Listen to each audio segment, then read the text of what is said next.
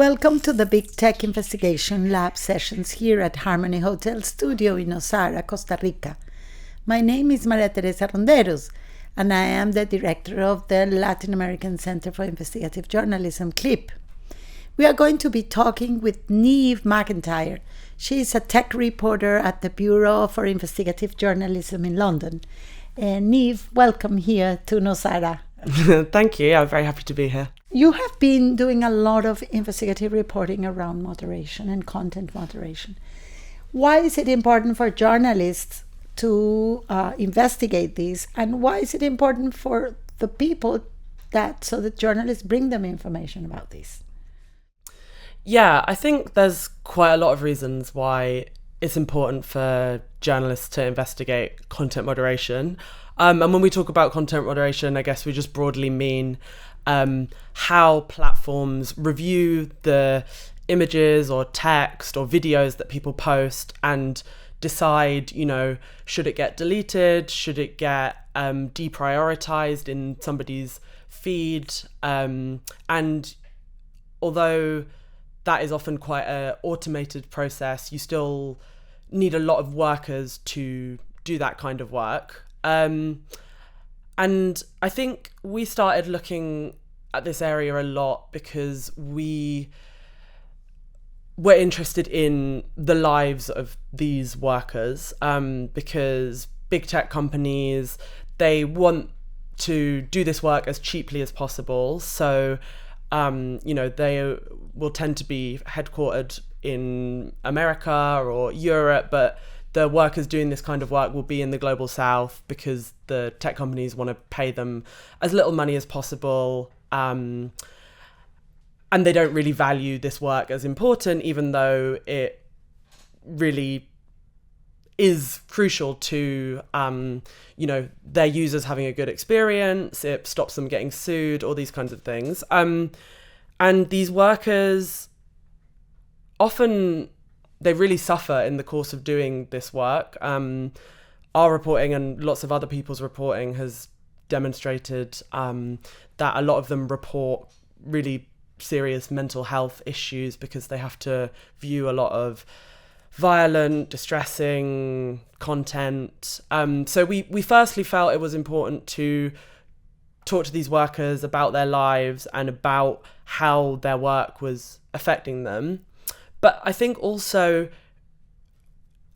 it's a really interesting way of understanding tech companies more generally, because tech companies, their power is that they have all of this data, but it's also kind of like their weakness in a way because they need loads of workers to look at that data and annotate it, and that means that a lot of people actually have access to really interesting information about how tech companies work. So I think even if you're, someone who isn't that interested in the lives of a content moderators, even though I think, people should be, I think it's really interesting for journalists because even these workers who are very junior in a tech company, they know quite a lot about how tech companies work. So I think it's an interesting method as well. Way to get in. Yeah, exactly. Into companies that sometimes are very closed, actually.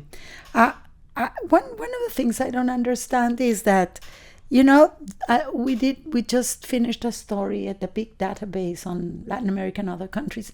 One of the findings was precisely that I think it's almost half of the legal suits against tech companies are based precisely on failures for moderation. People who have been slandered on TikTok, or I remember a woman whose kid was pointed at as if he was a robber when he wasn't a robber, and it became viral, and she had to change cities and everything. Wow. In Brazil. And so one wonders, the companies are spending all this money in defending themselves in courts all over the world. Wouldn't it be cheaper just to have better moderation and pay better for this moderation? Yeah, It's such a good question. I think it's one that comes up quite a lot in my work, and I don't know for sure. I would love to know what the tech company executives really think. I suppose partly if you're being charitable, there is such a huge volume of material posted on these platforms, and it is difficult to keep a handle on all of it comprehensively. Obviously, they could definitely invest more resources in it, given how wealthy these companies are. I suppose maybe it's because they calculate that the repercussions they face from like these legal suits that you mention, they can take that relative to the rest of their profits. I suppose if they felt it was significantly going to impact their profits, then they probably would do something about it. And maybe, if they felt that regulators and governments were going to take enough action, then maybe they would be more proactive. I don't know. Do you agree based on your recent reporting? Well, I was thinking not just so much about the reporting tells me something similar what you said. But I did some work for some years on tobacco companies. Right. And it was the same thing, they would say, and at the end of the day, it took 2 or 3 really big lawsuits in which ordinary people took them on and actually won millions and millions for them to start changing too, and to start being much more careful about how they were advertising their products to children and so on and so forth. So maybe that's what we are waiting for a couple of very big cases in which, strong judges would probably afford people more. I mean, it will hurt them, and then they will start. Yeah, and I mean, there is better. there's a lot of interesting strategic litigation going on. What is exactly a digital sweatshop? Because you can imagine, people sewing, I don't know, trousers in some dodgy place in the bottom of a warehouse in New York or something. But what are digital sweatshops? Yeah, that is obviously the sort of image that it's drawing on in a kind of metaphorical way. I think it's a term that captures a lot of work that is being done on behalf of tech companies, content moderation being one part of it, but also other kinds of data annotation. So, I've also written about facial recognition companies and the fact that they need workers to kind of either upload pictures of their face, tag pictures of people's faces with certain characteristics. If you're a tech company and you have a huge volume of data, which you need to train an AI system, you need workers to some extent to process that data to make it understandable for your AI system. And again, if you're a tech company, you want to pay people as little as possible to do that work. And that means it's probably going to be done in countries where wages are a lot lower than where you are headquartered, where probably workers don't have as much labor rights, and where they also, require very strict, they also impose very strict targets on the workers a lot of the time, which I think refers back to the kind of sweatshop aspect of it. It's like a high volume of work, very strictly kind of monitored, often very high output, and being paid very little money for doing it. They usually hire like contractors, subcontractors. Yeah. You don't see them hiring directly from your stories that you have told. Why is this? They want to have like an arm's length and not have to deal with all these thousands of workers? Yeah, that is definitely a trend that we see a lot. I think, it's quite interesting also that a lot of the big contractors that provide content moderators to big tech companies, they kind of developed out of the call center industry. And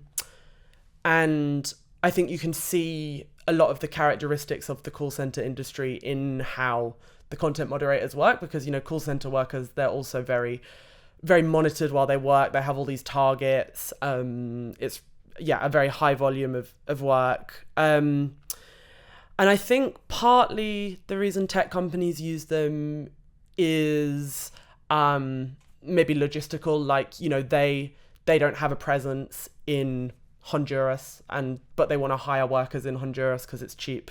But partly, you know, there's enough of these contractors and subcontractors that they'll compete with each other for contracts with Meta, and then that drives down the cost further. And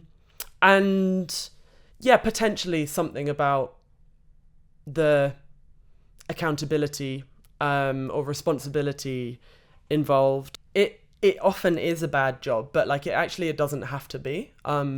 I know a lot of the workers that I've spoken to, they actually feel like, you know, it's a really important job, and if the conditions were better and it was paid more, like, I think they would be happy to keep doing it. Like, I know that, for example, particularly I think some of the slightly more senior workers who deal with maybe the more high level cases, say involving like child abuse, they obviously feel that their work's really important, particularly when they can follow it through and see, you know, we've taken some action, we've helped stop this serious harm happening. And like, there's, you know, I think there's a lot of really interesting worker initiatives at the moment, like the Data Labelers Association, like the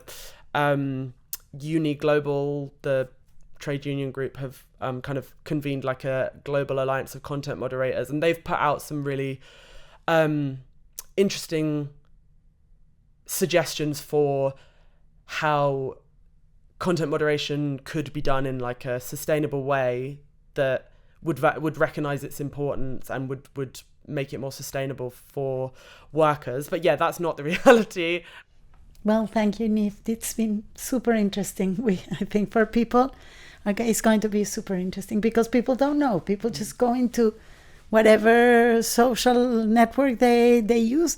They don't think there's lots of people behind it trying to keep that space safe and all the problems that this has. Yeah, Thank you so much. You're welcome. The Big Tech Investigation Lab is organized by Centro Latinoamericano de Investigación Periodística, CLIP, and Núcleo Jornalismo from Brazil. The event is sponsored by Illuminate and Harmony Project.